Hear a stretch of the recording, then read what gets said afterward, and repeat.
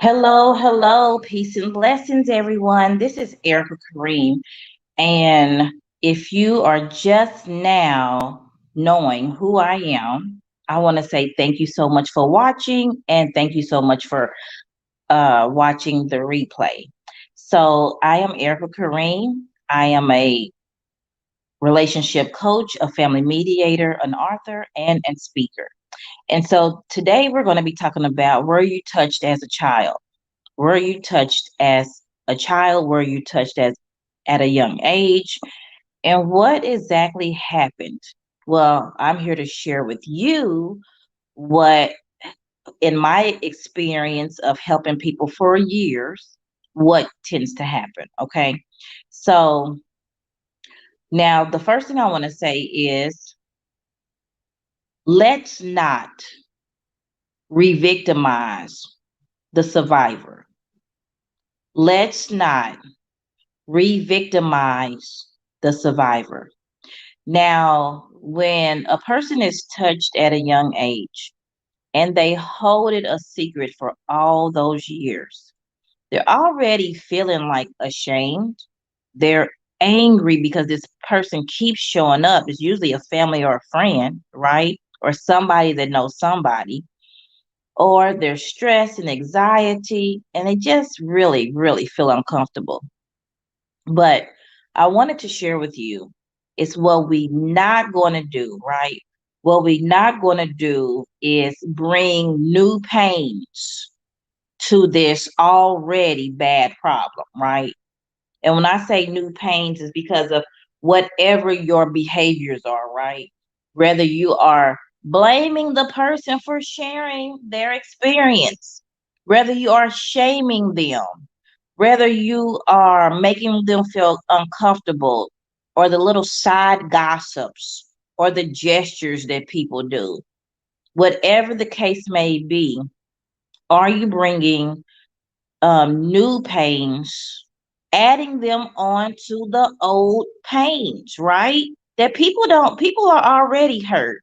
So, what is your role when you hear that somebody has uh, this has happened to them, and then what do you do, right? What do you say? What do you do when you hear something like this? And then let me just share this, girl. So when people disclose what happened to them, they feel like the family is already starting to punish them. They feel like they're misunderstood. Did you know that mothers, they, if it's a brother or a sister, they obviously want to protect both sides, right? But the other one is like, how are you protecting this person when I'm just telling you that they did this, right? So there's no recourse, there's no consequence. And did you know there's some grandmothers, when it's an uncle or somebody that's in the family, the grandmother on many occasions and different situations, they have put their house up in exchange for their son not to go to jail, right? For like they would put their house up in exchange for the bond money. It's just so many things that if you do something like that, how does that make the victim feel? The person that it's all you already having a hard time coming out, right? You already know there's going to be some members that family members that support you, and then you're going to have these family members that it's like, my brother did not do that.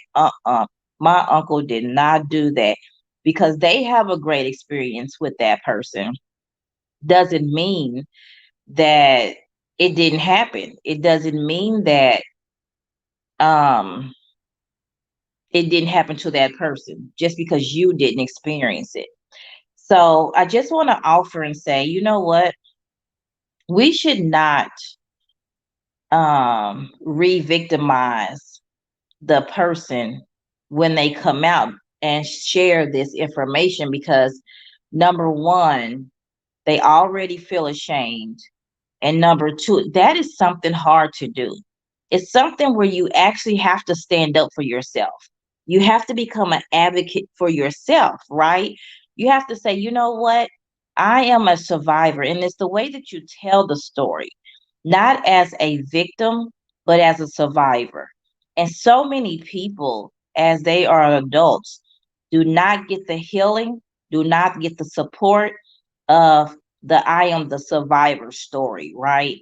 And so, as painful as it is, my suggestion is two things. Number one is you have to take your life back. You have, no matter what people say or whether they're gossiping or whatever about you, it's okay to be honest. And you get what you get, right? Meaning that people are going to talk, but you want to get free. You want to feel um what is that? You just want more freedom. You want more um you want to feel like that I want to take my life back, right? You want to just make sure that you're reclaiming your life, and you just want to take radical action, right? What does that mean when you to take radical action, right? What does it mean to take your life back? Well, what it means is, number one, you stand up and be honest, no matter the results. Sometimes when you're right, you have to stand alone, right? Instead of dying with the information. But what happens is when you die with the information, or at least go grow way older with the information, that same person can do that to your children or your sister's children or your niece's children. Now that person becomes a great, great, great uncle or aunt, because believe it or not, women do it too, or girls feel on other girls. I mean, it's just a history and generational madness, right? It's a generational mess. But at the end of the day, you have to make sure that you are telling your story. It's your story to tell. It's not nobody else's story to tell. You don't want the next niece to get hurt, right? You don't want the next little cousin to get hurt. So it's your story to tell. And actually, you're almost obligated to say something. Here's the thing is that when we know better, when we should do better. And when we know better, we want to make sure we want to make sure that we're helping to impact the world. We're helping to save the world as much as we can. And the world can't be saved in your silence. I'll say that again. The world cannot be saved in your silence, right? So you have to seek a new mindset so that you can make sure that you are becoming a new you. You have to commit to these things, right? You have to commit to your healing. You have to commit to new habits and beliefs, new emotions. Don't let the fear of what somebody else is going to say control your life. So I just wanted you to be very, very clear that you have to become an advocate of yourself. You have to become an advocate of your family and the families around, right? You have to make sure that you're telling someone so someone understands. And if they don't believe you, then shame on them. Shame on them. And to be honest with you, there is so many, like I said, mothers who protect their children, right? I'm Mama Bear. I'm going to protect my cub. And if my granddaughter or my niece say that this happened, then I don't really know if it really happened because I kind of know my son, right? I know my daughter, and they would never do this. Well, needless to say, why would a child want to lie on somebody? Now, I'm not saying that it hasn't happened before, right? I'm not saying that it don't happen in life, But boy, baby boy, you want to just make sure that you are very, very mindful of the things you say and try to be understanding and really get to the root of the problem before you go ridiculing somebody, because that right there can really divide families when you are taking sides and possibly take the wrong side. So you just really want to make sure that this don't happen to you, because years and years of generations, siblings, they split.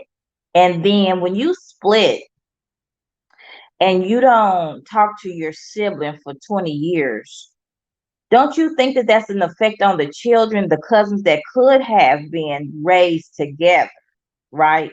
But either somebody won't take responsibility for what they did, or the other person, you don't want to be lying on the other person, right? So you just want to be clear about what really happened, and you want to just make sure that you set yourself free at the end of the day. Set yourself free and warn people. Now, if the shoe is on the other foot, let's just say that your sister was molested or touched by somebody, and she knew it, but she never told you. So now you got a gang of girls that you had, or even one or two, and they got molested or touched by the same man or woman, because remember, women do it too. And all you had to do is warn her. So now he didn't mess with the one person. Now he got 3 or 4 people he didn't mess with. When all you had to do is just warn that those people, just watch out for your babies, right? Just watch out for your babies. So if you have a generational issue, challenges from being molested or being touched, and you're not fully healed, we have a mother-daughter event. It's mother-daughter boot camp. It's a 2-day boot camp. It's not open yet, but it is, and it fills up every single month. And you want to make sure that you are committed to healing your life, no matter what, right? Because only you can save you. No one, I mean, absolutely no one is going to save you if you are not committed to your own success, if you're not committed to your own freedom, if you stand back and stay and remain silent when you know this information should be told. Now, there's a saying that you strike while the fire is hot, right? You strike while the fire is hot. That's this old saying, meaning that you should tell when you're younger. So if you're a kid listening to this, you should say something. But a lot of people don't strike while the fire is hot. And it's 20 years later, 17 years later, 30 years later, and you're still trying to figure out the best time to tell. Well, the best time to tell is when you're ready to be free. That's the best time to tell. I can't tell you when to tell, but I can tell you is that when you're committed to your own healing, when you're committed to your own elevation, when you're committed to your own uplifting and your own self-worth and self-value, then you'll say something. Okay? And then remember, you can't control what other people say or what other people think. But what I do know is that a lot of anger in this world is because somebody had been touched when they were younger. And you just don't want the history to repeat itself. You don't, number one, you don't want that same uncle or auntie or cousin or brother or sister to do your children like that. And number two is the anger that you have inside of you don't want to pass that on to your children. You don't want to have your anger, your habits and attitudes and mindsets. You don't want to pass that negativity on to your children because you're not committed to getting the help that you need. You're not committed to thriving in life. You're just mediocre. You're sometimes at a standstill. You're just comfortable being uncomfortable and not saying nothing. And you just need to get yourself together and elevate no matter what. I want to make sure that you do that. No, say that no matter what, I'm going to say yes to myself, and I am going to elevate my mindset, my thinking. I'm going to elevate and put my ego down and elevate my heart, my soul, my mind, which is so very important. And with a lot of prayer behind it. Don't forget to leave out prayer. I mean, don't forget not to leave out prayer, right? And so I said this on another broadcast, but I think this is very important. Prayer without works is not going to happen, right? Prayer without the whole process, commit to the process, commit to your healing. People pray and pray and pray and pray, and they're constantly praying. And I'm not saying God don't answer prayers, but I definitely believe that God wants us to do, right? He wants us to do the work, and it's not just a one-time thing. So you can be 30, 40, 50, and 60 years old. Those are years. And you think you're going to get proper healing in one day, complete total healing in one day. But I will tell you this, you want to start the process. You want to start the process, okay? So we have the mother daughter boot camp. And I tell people, guess what? Sometimes people's mothers won't come, period. There's nothing, absolutely nothing that you can do about it, right? Or sometimes your mother has already passed away. There's nothing you can do about that either. But sometimes you can take your aunt. You sometimes to support you. Sometimes you can bring your older sister. And so she will get some healing as well. And yes, sometimes people bring their fathers. You can bring one person with you, right? And sometimes you can actually bring whoever you want, because I'm a firm believer that healing takes the process is in community setting, in a group setting, in a environment. You're creating your environment, right? Don't worry about the other people in the class.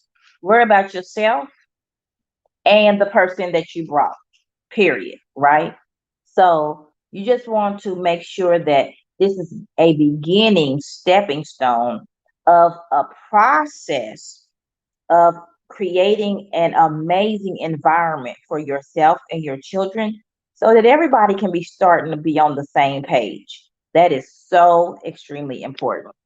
So I wanted to just jump on here and say that you're not alone. I mean, absolutely, there are millions and millions and millions of people that have been touched at a young age in the United States, in other countries. I mean, the list goes on and on and on. So you're absolutely not alone. But you do have to make a decision alone if you're willing to commit to the healing and you're willing to commit to the process for your healing. And when you do, your life will become so much better. You will have an awakening, a spiritual awakening that is going to help you get through the future life that God intends for you. Okay? So, again, thank you so much for tuning in. I am Aerica Karriem, your relationship coach and family mediator. And I come here live every day at 8:30 a.m. and 1 o'clock p.m. for lunch. All right. Well, thank you so much, and I will talk to you soon. Bye bye.